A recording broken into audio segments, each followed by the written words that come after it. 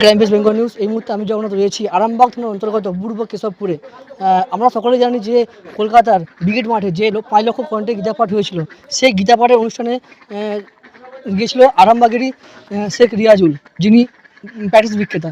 ওনার ওই 5 লক্ষ কণ্ঠের গীতাপাঠের ময়দানে অর্থাৎ ব্রিগেড ময়দানে প্যাটিস বিক্রি করার জন্য ওনাকে যে হেনস্থার শিকার হতে হয়েছিল এবং যেভাবে ওনাকে মারধর করা হয় এবং ওনার যে প্যাটিস, সেই প্যাটিস ফেলে দেওয়া হয়, সেই জন্য আজ আমরা এসেছি ওনার বাড়িতে। এবং আজ সিপিএমের যিনি এসেছিলেন অর্থাৎ দীপশিতা ধর, উনি এসেছিলেন কিছুক্ষণ আগে এবং বিভিন্ন রাজনৈতিক দলের নেতাকর্মীরা এসেছিলেন, যেমন আরামবাগের প্রাক্তন চেয়ারম্যান শপথ নন্দী থেকে শুরু করে আরও অনেকে এসেছিলেন এনার বাড়িতে। এবং আমরা জানার চেষ্টা করবো ঠিক আজকে এসে যে 5 লক্ষ কণ্ঠে গীতাপাঠ অনুষ্ঠানে যে প্যাটিস বিক্রেতা শেখ রিয়াজুলের যে প্যাটিসকে ফেলে দিয়েছিল এবং যেভাবে নৃশংসভাবে অত্যাচার করা হয়েছিল সেই বিষয়ে আমরা জানার চেষ্টা করবো।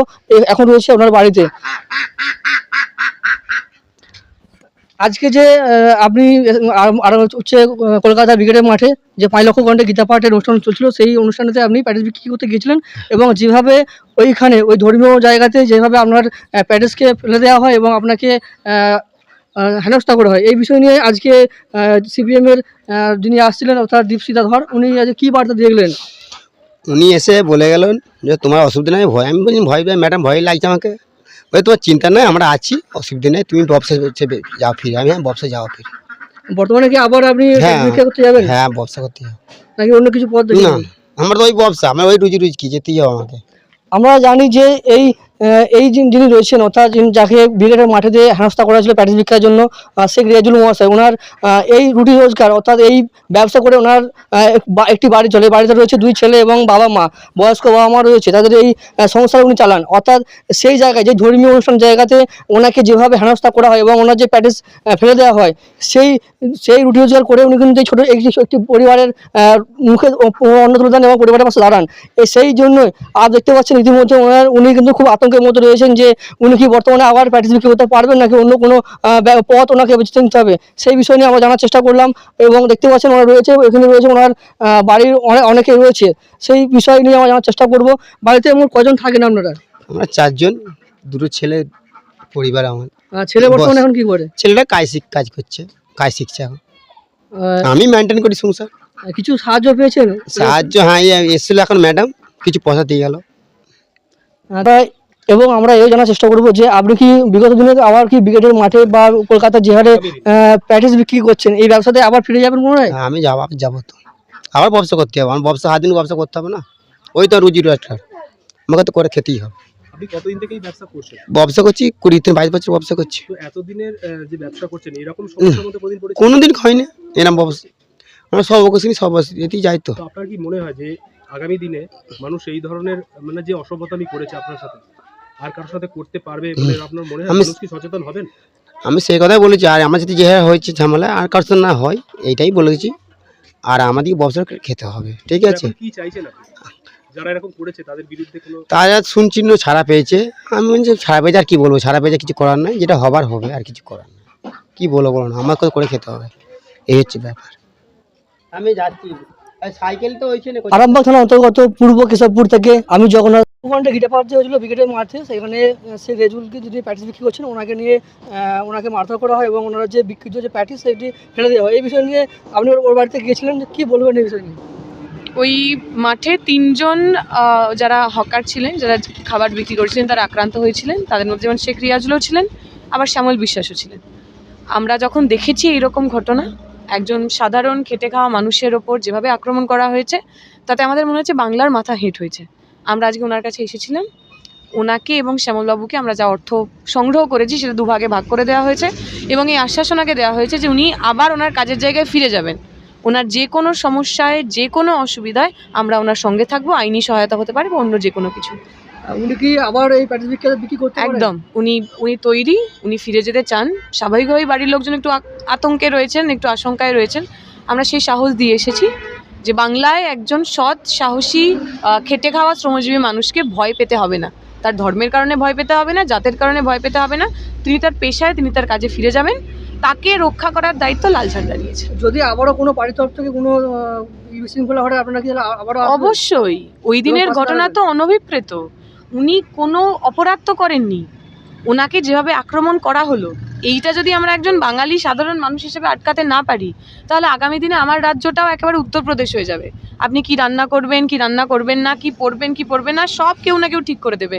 আমরা এমন বাংলা চাই না, যে রবি ঠাকুরের বাংলা, নজরুল ইসলামের বাংলা, রোকেয়ার বাংলা, রামমোহনের বাংলা। আমরা আমাদের বাংলা আমাদের মতো করেই চাই। ধন্যবাদ। তো ম্যাম, রাজ্য জুড়ে এসআইআর এর পরবর্তী 2026-এর বিধানসভার একটা দামামা বেজে গেছে, আর আপনি এখন আছেন আরামবাগ লোকসভার দাঁড়িয়ে আছেন। তো এখানে আপনাদের দলের একটা সময় অধিপত্য ছিল, শুধু এখানেই নয়, সমগ্র পশ্চিমবঙ্গ জুড়ে। তো সেখান থেকে আপনাদেরকে বারবার আক্রমণ করা হচ্ছে যে সিপিএম মানে জিরো, শূন্য হয়ে গেছে। তো সেই দিক থেকে আপনারা আপনাদের হারানো জমি ফিরে পেতে, দেখুন, আমরা যদি সিপিএম শূন্যই হতো, তাহলে পঞ্চায়েত নির্বাচনে তো আমাদের ব্যালটগুলো খেয়ে ফেলতে হতো না। আমরা যদি শূন্যই হতাম, তাহলে আমাদের কমরেডদের এখনো মারধর করা হতো না। যারা আমাদের বিরুদ্ধে কথা বলছেন, আমাদের শূন্য বলছেন, তারাও জানেন আসলে আমরা শূন্য নই। যদি সঠিকভাবে ভোট হয়, তাহলে অনেক বড় বড় নেতার গদি উল্টে যাবে। আমরা চাই এই মুহূর্তে দাঁড়িয়ে রাজনীতি ফিরে আসুক। রাজনীতিতে এখন সব কিছু আছে, মন্দির আছে, মসজিদ আছে, চিকেন প্যাটিস আছে, গীতা আছে, কোরআন আছে, হিন্দু মুসলমান সব আছে। যেটা নেই সেটা হলো 8,000 স্কুল বন্ধ হয়ে গেছে। যেটা নেই সেটা হলো নতুন কারখানা তৈরি হয়নি। যেটা নেই সেটা হলো পরিযায়ী শ্রমিক, বাংলার ছেলেরা, বাংলার মেয়েরা বাইরে গিয়ে বাংলাদেশি বলে কখনো জেলে যাচ্ছে, কখনো মার খাচ্ছে। এইগুলো রাজনীতির বিষয় হওয়া উচিত। আমরা এই কথাগুলো বলতে চাইছি। আমরা শূন্য কি শূন্য না সেটা গুরুত্বপূর্ণ না, বাংলার ভবিষ্যৎ যদি শূন্য না হয়, তার জন্য বামপন্থীরা রাস্তায় আছে। 2026-এ মোটামুটি কিরকম ভাবে আপনারা রূপরেখা সাজাচ্ছেন? 2026-এ আপনারা দেখেছেন আমরা বাংলা বাঁচাও যাত্রা করেছি। তাতে আমরা কথা বলেছি কম, শুনেছি বেশি। তাঁত শ্রমিকদের কথা শুনেছি, পরিযায়ী শ্রমিকদের কথা শুনেছি, ওই নদী ভাঙনে ঘর চলে গেছে যার, তাদের কথা শুনেছি। আমরা চাইবো এইবারের নির্বাচনে এইগুলো ইস্যু হোক, এইগুলো এজেন্ডা হোক, মানুষ বুঝুক তাদের মন্দির মসজিদের রাজনীতিতে লাভ আছে নাকি কারখানা, স্কুল, কলেজ, ইউনিভার্সিটির রাজনীতিতে লাভ আছে। তারা যেটাকে পছন্দ করবেন সেরকম বাংলাই আগামী দিনে হবে। মেসি এলেন, বিশ্বমানের ফুটবলার, কলকাতায় মেসি এসেছিলেন, কিন্তু মেসির পরিবর্তে পিসির ভাইপোদের, পিসির পরিবারের লোকজনদের আমরা বেশি দেখতে পেয়েছি। ছেলেমেয়েরা টাকা জমিয়ে একটা ঝলক মেসিকে দেখার জন্য গেছেন। সেখানে অরূপ বাবু, তার পরিবারের লোকজন, তার শালি, ননদ ইত্যাদের কি বেশি দেখা গেছে। মানে পশ্চিমবঙ্গে তৃণমূল আসার পর তো সবটাই চুরি করেছেন।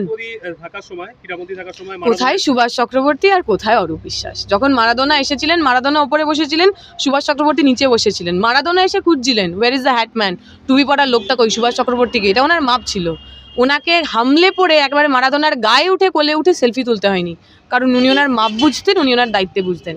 এখন এমন অযোগ্য লোকেদের আমরা দায়িত্ব দিয়েছি যে তারা মন্ত্রী হিসেবে তাদের কি করা উচিত সেই কাজটাই তারা ভুলে গেছেন।